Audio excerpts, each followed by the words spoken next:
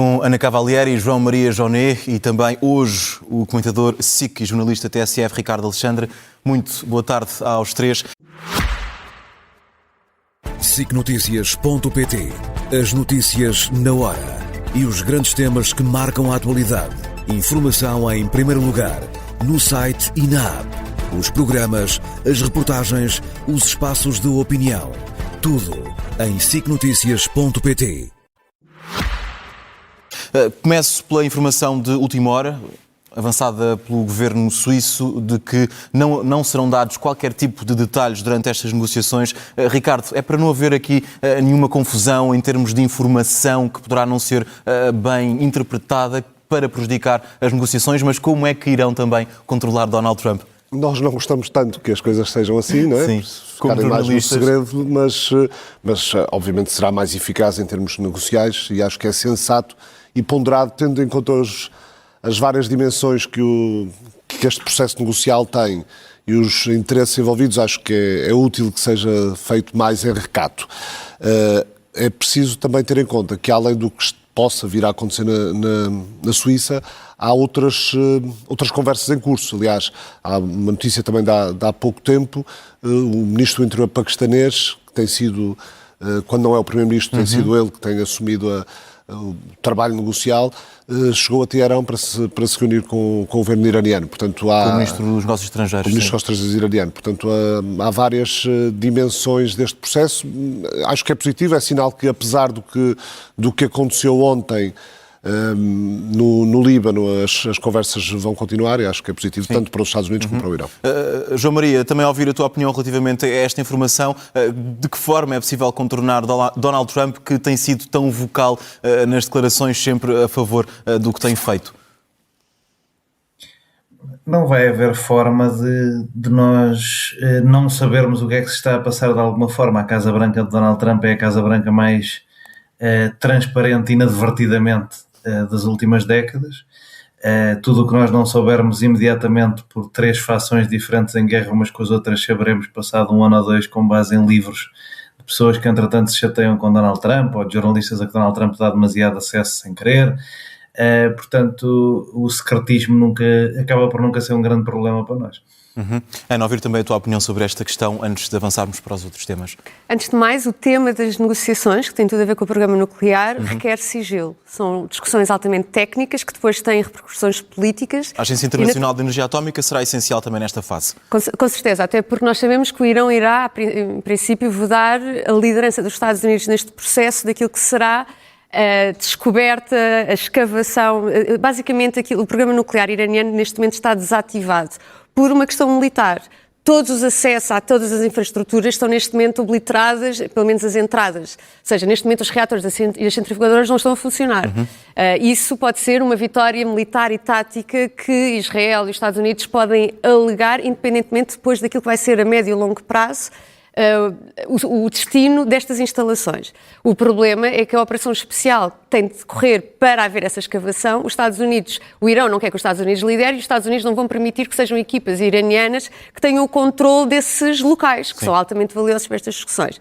Naturalmente, a agência vai ter e outros parceiros vão ter. Mesmo que Donald Trump já tenha desvalorizado o urânio enriquecido, que está precisamente destruído? A partir do momento em que um grande entendimento não... Alegadamente. O urânio enriquecido provavelmente não está destruído, está inacessível. E esse é o problema desta operação especial de escavação. É preciso haver um controle, pelo menos os Estados Unidos, mais do que os Estados Unidos e Israel, precisa de garantir que esse urânio enriquecido não caia em mãos que naturalmente sejam uma ameaça existencial. Mas eu percebo os meus colegas de painel, mas eu ponho também muito ónus ou muita responsabilidade naquilo que serão fugas de informação por parte dos braços de propaganda iranianos, que estão suportados também não só por aquilo que são estações oficiais da Guarda Revolucionária, mas também, naturalmente, opositores políticos daquilo que são os objetivos da administração americana e também do governo israelita, e naturalmente há aqui uma guerra de informações e a partir do momento em que o processo, e bem pela natureza e também por aquilo que se quer salvaguardar de estabilidade, está a ser mantido sob sigilo, se a determinada altura nada formal ou oficial transparece, mas o que acaba por dominar são narrativas políticas de propaganda, quer pró-americana, quer pró-israelita ou quer pró-regime islâmico, isso é um problema. A determinada altura, se a partir do momento aquilo que está em ser debatido é o desconhecimento daquilo que é a versão formal, ou que pelo menos saia dos mediadores, mas a partir disso também não poderia ser acontecer. Basicamente, o difícil será navegar aquilo que serão as alegadas fugas de informação sem a possibilidade de comprovar se aquilo é verdade ou não. Sim. Permite-me ir agora aqui ao Ricardo para perceber um dos pontos centrais deste acordo, que é o ponto 1 e o Líbano, tendo em conta que temos vindo a assistir a diversos ataques nas últimas horas. Hoje, pelo menos 20 pessoas morreram. O acordo pode mesmo ficar em causa por causa de Israel e por causa do Hezbollah e destes ataques que temos vindo a assistir? O Irão poderá mesmo parar as negociações se os ataques continuarem? Pode, claro. Não tenho a menor dúvida em relação a isso, porque não só o Irão conseguiu que a questão da cessação das hostilidades em todas as frentes, incluindo o Líbano, esteja no memorando de entendimento, e está logo no primeiro ponto do memorando de entendimento, como o Líbano é central na afirmação por parte do governo iraniano, do regime iraniano, de que o país ainda tem influência regional. Ou seja, deixar cair o Líbano ou deixar cair o Hezbollah seria uma manifestação de fraqueza política e de influência que o Irão não quer dar e não está, e os dirigentes não se sentem sequer em condições de ter de dar esse passo. Esta geração que assumiu o poder são nacionalistas convictos, muito pragmáticos, menos revolucionários e mais pragmáticos, mais tecnocratas, se quiseres, do que a geração anterior. Esta geração sente que ganhou a guerra. Eles não sentem que perderam, apesar sentem que ganharam uma guerra contra potências militarmente superiores. E com essa... Até viram ativos levantados, bloqueios também e com o que estão a conseguir, se for verdade e se avançarem após as negociações de 60 dias, tudo aquilo que está no memorando de entendimento, eu não tenho a menor dúvida que o Irão tem razões para se considerar vencedor deste processo. E na próxima semana vai haver negociações entre Israel e o Líbano nos Estados Unidos, em Washington. Por que motivo o Hezbollah e o Irão continuam a estar fora destas conversações? Porque Israel não fala com o Hezbollah, mas acho que em algum momento teríamos de dar um passo nesse sentido, quando até a própria administração Trump, ou o presidente Trump já afirmou que ele próprio tinha falado com o Hezbollah, que é um bocadinho pouco concebível, mas se da parte dos Estados Unidos já foi dado esse passo, acho que em algum momento isso deveria acontecer, porque de facto o governo libanês não controla o Hezbollah.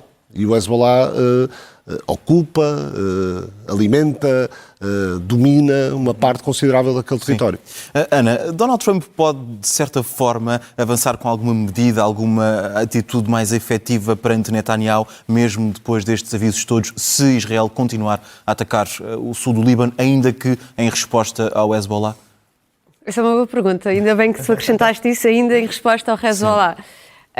Eu penso que Donald Trump pode e já avançou. Ou seja, sendo certo que Israel depende dos Estados Unidos para determinadas munições que são fundamentais, nomeadamente munições que podem diminuir o impacto a vidas civis.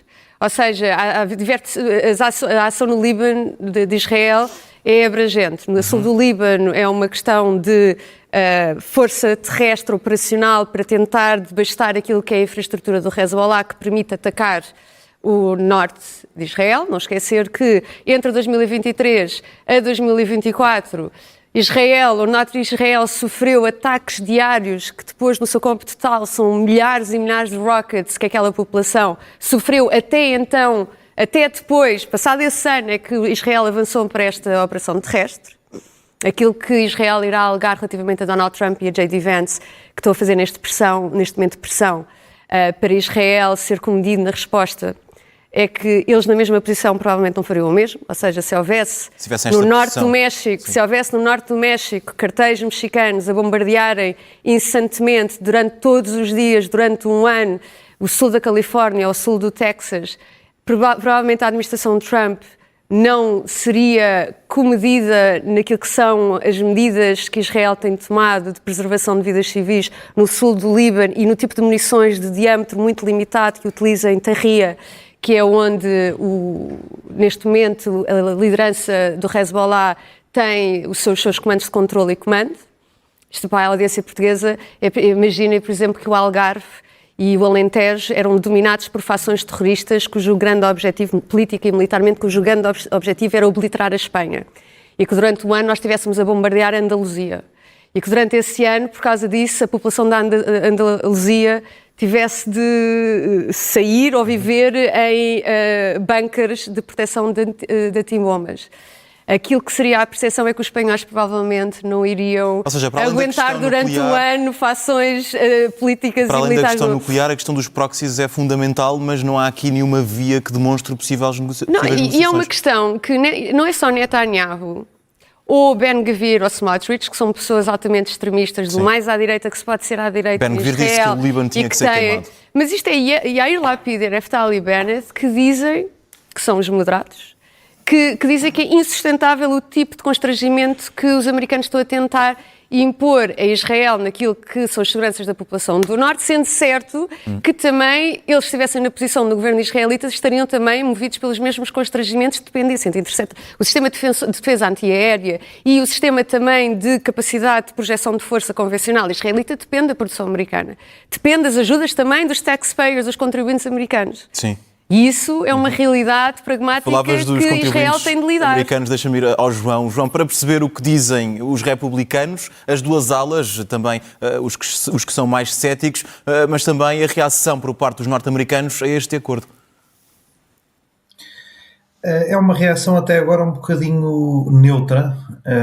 A grande sondagem do YouGov que veio na sequência deste acordo veio no sentido que muitos americanos não têm a certeza se os Estados Unidos ficam, a maioria não tem a certeza que os Estados Unidos ficam melhores ou acha que ficam iguais havendo este acordo ou não, porque ainda falta muita informação oficial sobre o acordo, não é? As pessoas também demoram a perceber este fenómeno. O que é interessante é ver alguns influenciadores do mundo MAGA, Erickson, Levin, que fazedores de opinião, se é que pode haver fazedores de opinião num culto de personalidade em que só há realmente um fazedor de opinião, não é? Que é Donald Trump, mas muita gente a dizer que os Estados Unidos estão a financiar a Guarda Revolucionária, que o acordo é pior do que o de Obama.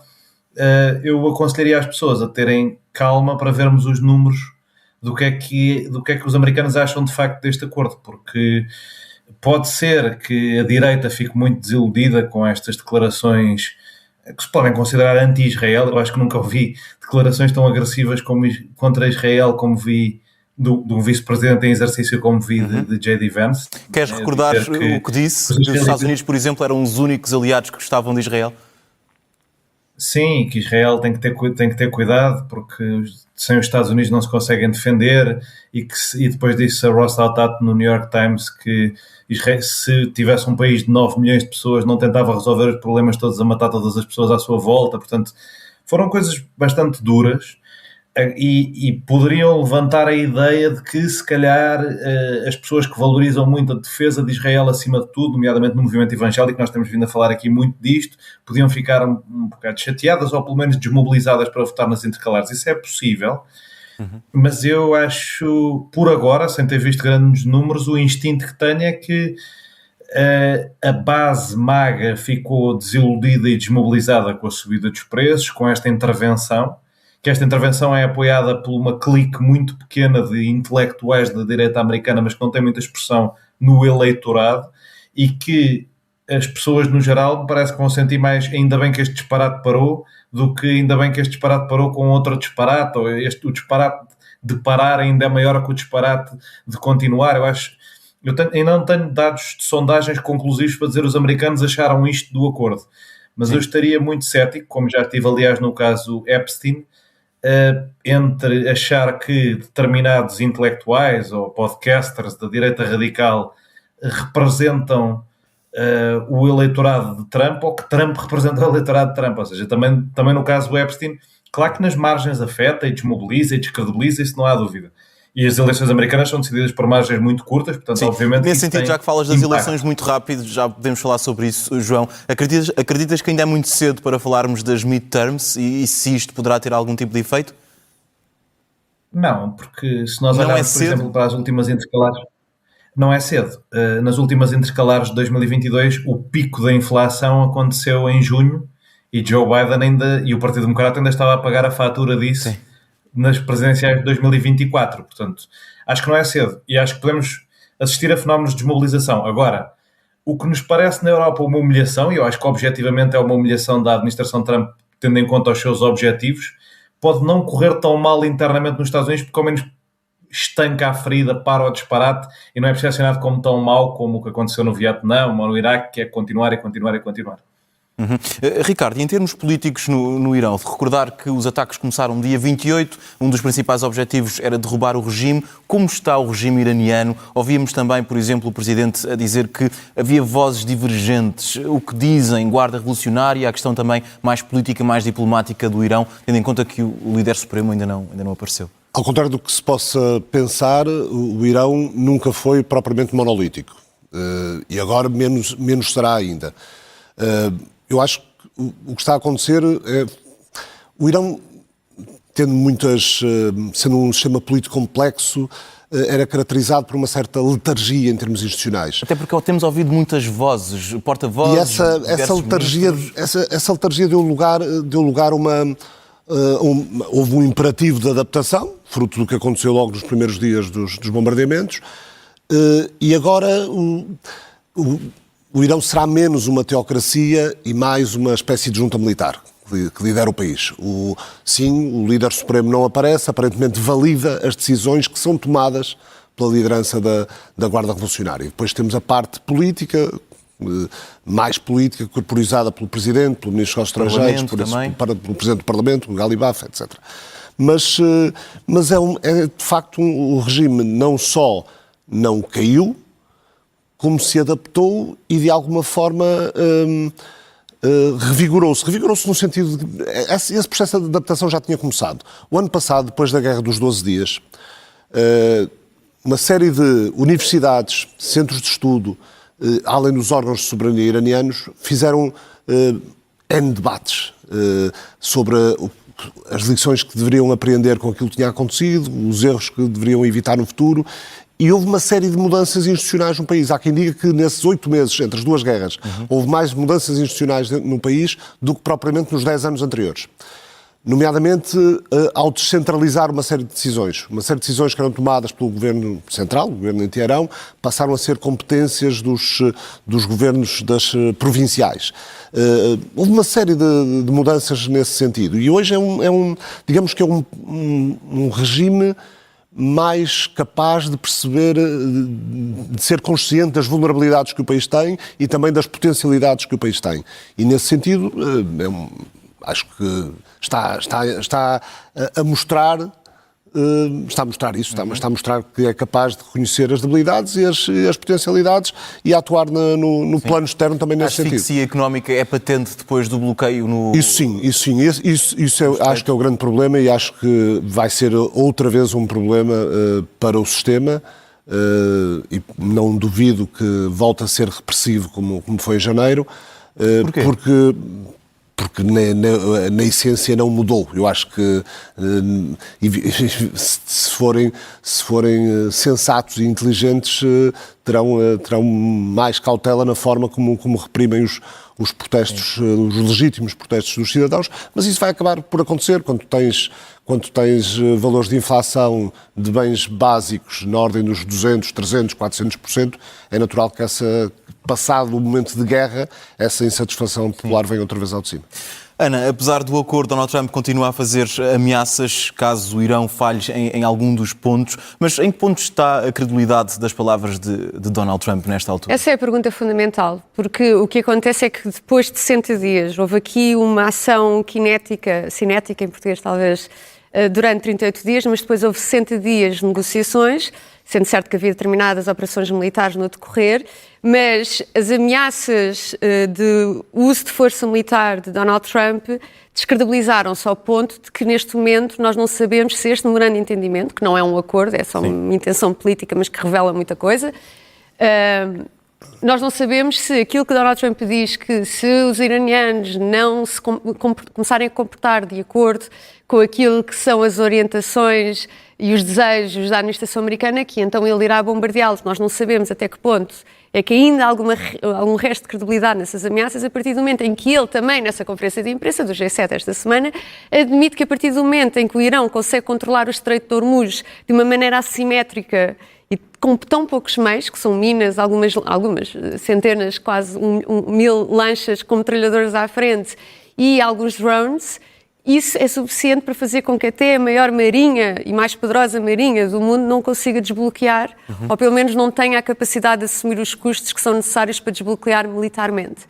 E isso ele admite que não está disposto àquilo que seria o caos dos mercados globais para tirar ao Irão esse controle que consegue fazer com tão poucos meios e por detrás não esquecer uma campanha de degradação profunda, não só económica, que o Irão sofreu, como da sua base militar. É a única coisa que pode salvar Trump, é que deste documento de memorando de entendimento, que é tão fraco naquilo que é o face value, naquilo que são as palavras vistas por si só, o contexto em que este documento está a ser feito, que é um contexto de profunda degradação económica e militar, porque os Estados Unidos e Israel, durante 38 dias, eles atingiram 15 mil alvos que, para além de decapitar a primeira e a segunda linha de liderança política e militar e da Guarda Revolucionária, e isso impacta, eles também não tiveram, nesses 15 mil alvos, a bombardear praias desertas e prados verdejantes.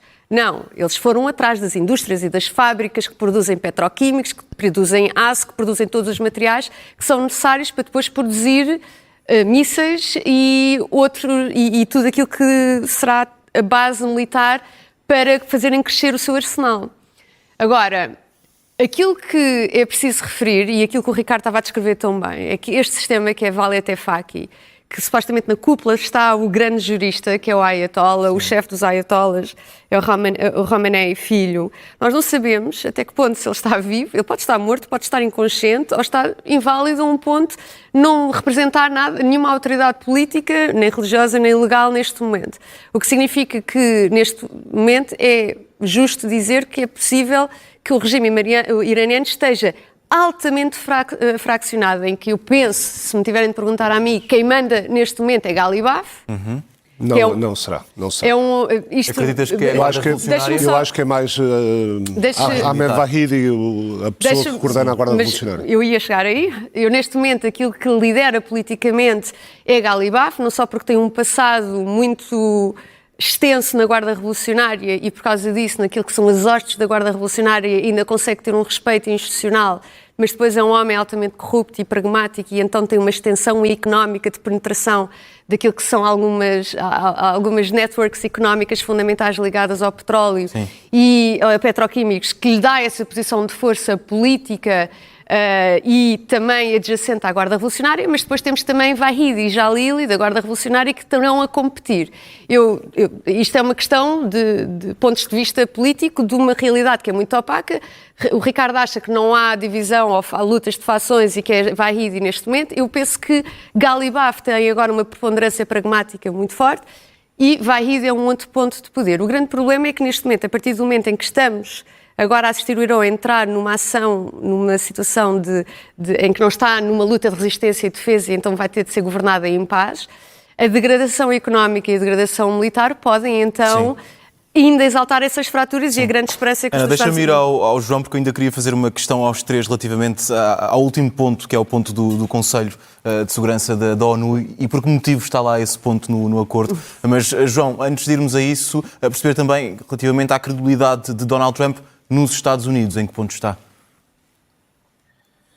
Bem, como eu disse há pouco, nós ainda não temos muita informação sobre a opinião sobre este acordo especificamente. O que nós temos é muita informação sobre a aprovação que a gestão que Donald Trump está a fazer do tema Irão tem.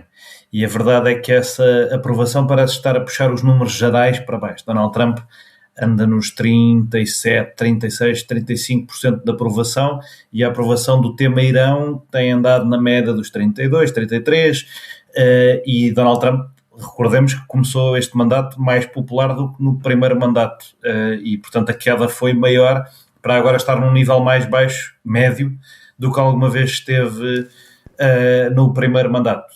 Isso ainda não se sente particularmente, nós já viemos aqui a falar disto, nas primárias republicanas, mesmo assim já se sente um bocadinho. A semana passada, ou seja, a força de Donald Trump dentro do Partido Republicano, que parecia uma coisa imparável, a Ana aqui até falou no outro dia da questão, e bem, de que eu acho que Donald Trump estava a ficar mais eficiente nos seus apoios eleitorais e a escolher candidatos que passavam pelo veto da sua equipa política, em que viam quem é que estava com melhores sondagens, esperavam um bocadinho, não apoiava só a primeira pessoa que lhe aparecia à porta de casa.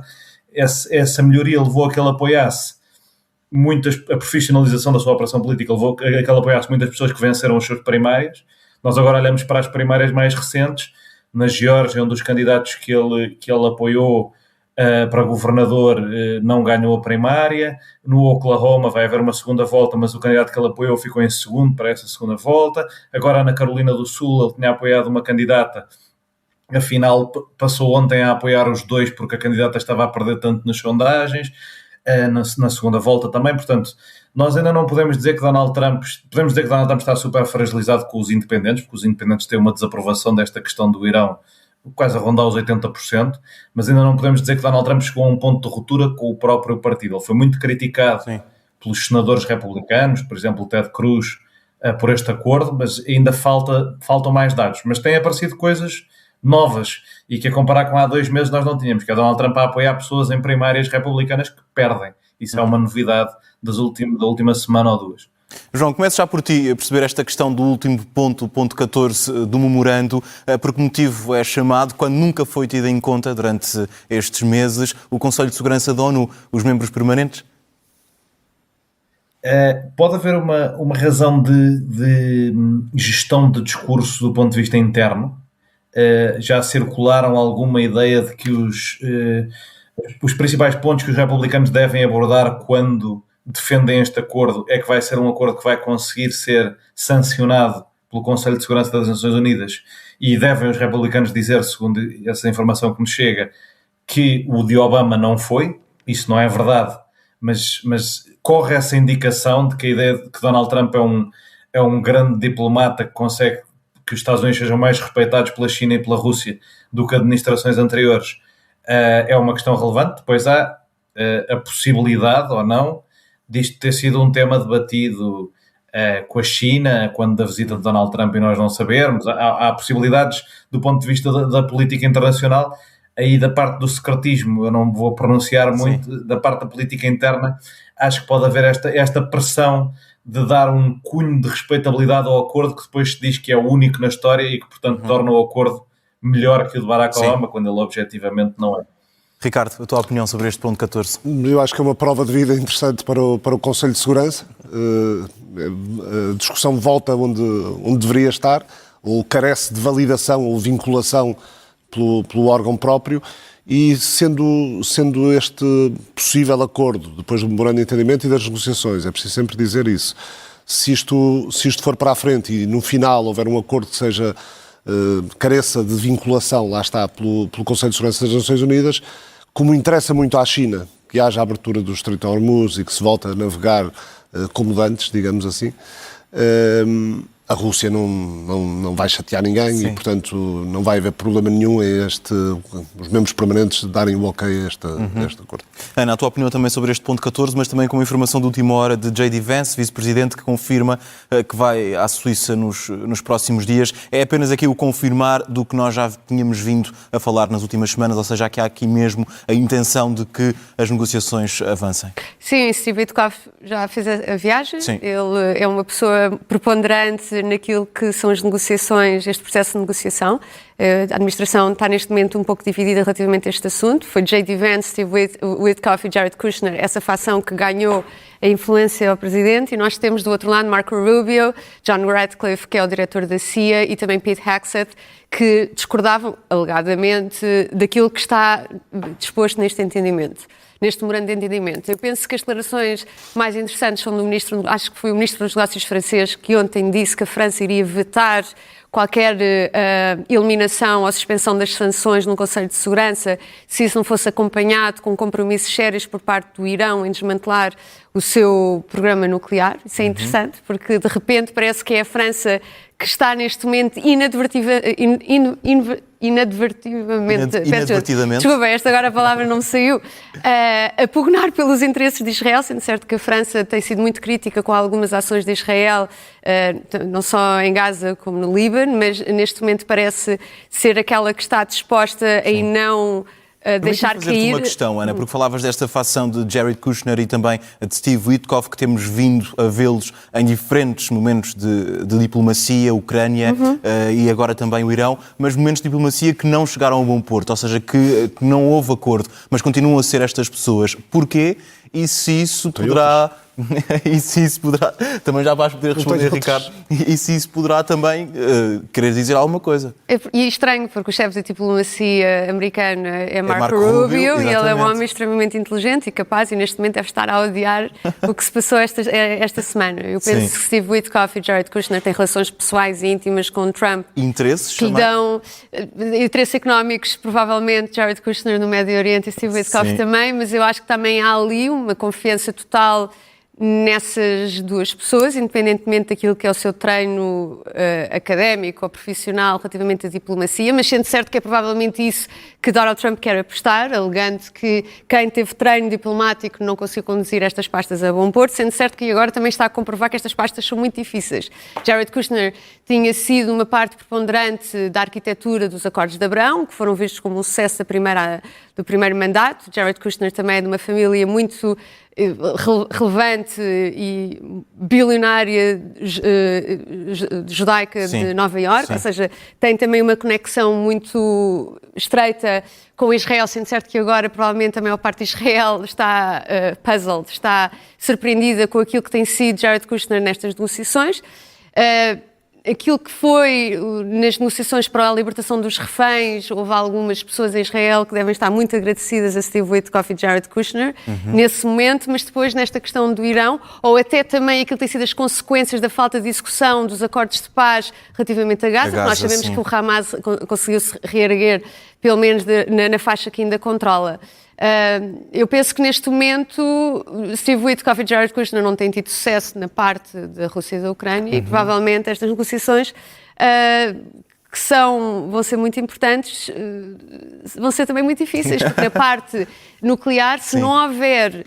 Aquilo que eles podem, pelo menos, garantir é que se não houver, de alguma maneira, capacidade iraniana para resgatar as instalações que neste momento estão deterioradas nucleares, eles podem alegar que, não é preciso haver um acordo que promova ou que prometa a desativação e o desmantelamento dessas infraestruturas, porque nem os iranianos estão neste momento a aceder e nós temos imagens de satélites israelitas 24 horas a ver o que está a passar e eu tenho a certeza que a primeira missão israelita a qualquer movimento de reacesso a estas instalações é bombardeá-las outra vez. Ricardo, por que motivo Marco Rubio fica em segundo plano e são estas duas figuras constantemente nesta questão diplomática, depois de vermos também o acordo Donald Trump são as pessoas em quem Donald Trump confia e sabe-se que no primeiro mandato havia pessoas na administração que ainda contrariavam o presidente e pessoas com alguma experiência, como era John Bolton, por exemplo.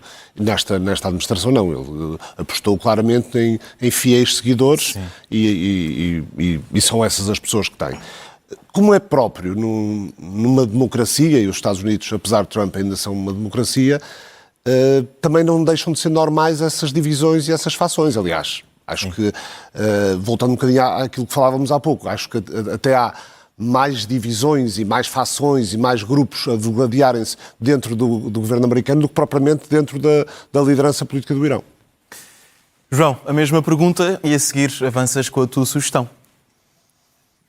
Eu ia aproveitar o tempo para dizer que o que a Ana disse sobre as declarações do Ministro dos Negócios Estrangeiros francês é interessante até do ponto de vista histórico, porque a França foi a primeira grande aliada de Israel, mais até do que os Estados Unidos, até e um bocadinho a seguir à crise do Suez, e a França tem muitos interesses próprios na região, nomeadamente pela sua relação íntima com o Líbano e que também já teve com a Síria, por ter sido a potência colonial na região, que a tornam um possível interlocutor. Isto podia ser uma crítica mais extensa, mas a Europa também tem culpa pela maneira como se afastou destes processos de decisão e também pelos erros que cometeu, como por exemplo o erro do Suez que eu estava a falar, mas a Europa podia ser às vezes interlocutora em sítios em que percebe mais da situação do que os Estados Unidos, como é João, o caso da França. Antes de avançares com a tua sugestão, porque acaba de chegar uma informação de última hora que o Irão vai voltar a encerrar o Estreito de Hormuz devido a violações do cessar-fogo por parte de Israel e dos Estados Unidos, e esta é uma informação avançada pela agência de notícias estatal MER, que, se não me engano, o Ricardo tem aqui ligações com a Guarda Revolucionária. Sim, certamente. Não há nada nesta altura que possa sair oficial do Irão que não passe do crivo da Guarda Revolucionária, e essa notícia é a indicação de que o Irão vai pressionar. Isto é uma forma de exercer pressão no momento em que estamos, como dizias há pouco, a retomar as negociações. O acordo pode mesmo ficar em risco se os combates no Líbano não terminarem. Obviamente, parece-me claro. Nesse sentido, Ana, o que irá fazer Donald Trump? Vê-se que tem mesmo que tomar uma atitude, uma decisão, tendo em conta Netanyahu. Mas também há aqui uma possibilidade que ele vai ter de responder. O Hezbollah não pode continuar a mandar bombas indefinitivamente. Meu Deus, eu não estou conseguindo falar português hoje, peço imensa desculpa. Mas é mais fácil ao Irão controlar o Hezbollah do que Donald Trump controlar Israel. Controlar Netanyahu. Porquê? Porque Israel, tendo uma relação especial com os Estados Unidos, não deixa de ser um país soberano, com um governo legítimo e que segue a sua agenda própria.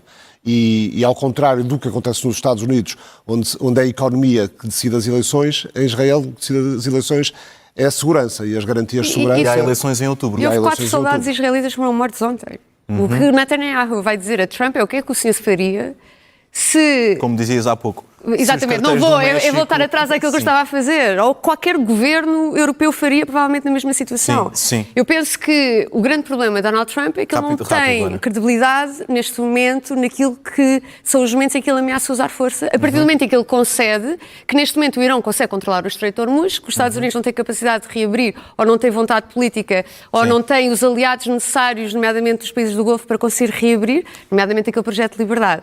Agora, uma coisa muito interessante que o João estava a dizer sobre o apoio francês. Em 1967, os aviões que partiram de Israel para fazer os ataques aos adversários árabes, nomeadamente o Egito, a Síria, esses aviões eram os Mirage, eram os franceses. Nessa altura, era a França que fazia o grande apoio militar. Ana, queres avançar já com a tua sugestão? Sim, a minha sugestão vai ser Israel's Long War with Hezbollah, a longa guerra de Israel com o Hezbollah, é de Rafael Marquez, e vai ser muito interessante, na medida em que é um livro que consegue explicar as origens e as grandes fases das várias guerras com o Hezbollah de uma maneira moderada, ou seja, o autor não está ali a fazer propaganda pró-israelita ou anti-Hezbollah, e eu penso que é interessante, é um livro que poderão... João, a tua sugestão de hoje quer indicar alguma coisa? A minha sugestão é aqui de um autor muito interessante, que é o Ricardo Alexandre. É o livro dele sobre o Irão, publicado há pouco tempo, tudo sobre o Irão. E é importante nesta fase em que nós precisamos de perceber este regime, precisamos de perceber esta sociedade e porque é que se estão a portar desta maneira quando Donald Trump quer muito mudar o canal de televisão e deixar esta linha argumentativa do Irão, porque isto já não traz audiências. O Irão continua a voltar para o centro da atenção vezes e vezes sem conta, portanto o livro é importante para perceber isso. Eu que não, confesso que não é nada a minha especialidade, Médio Oriente, muito menos o Irão, gostei muito de ler. Fica a sugestão. Ana Cavalieri, João Maria Joné, Ricardo Alexandre, aqui com a sugestão do teu livro para esta semana, para lermos durante a semana, para analisar no próximo Elefante na Sala. Muito obrigado aos três. Uma boa tarde. Obrigado.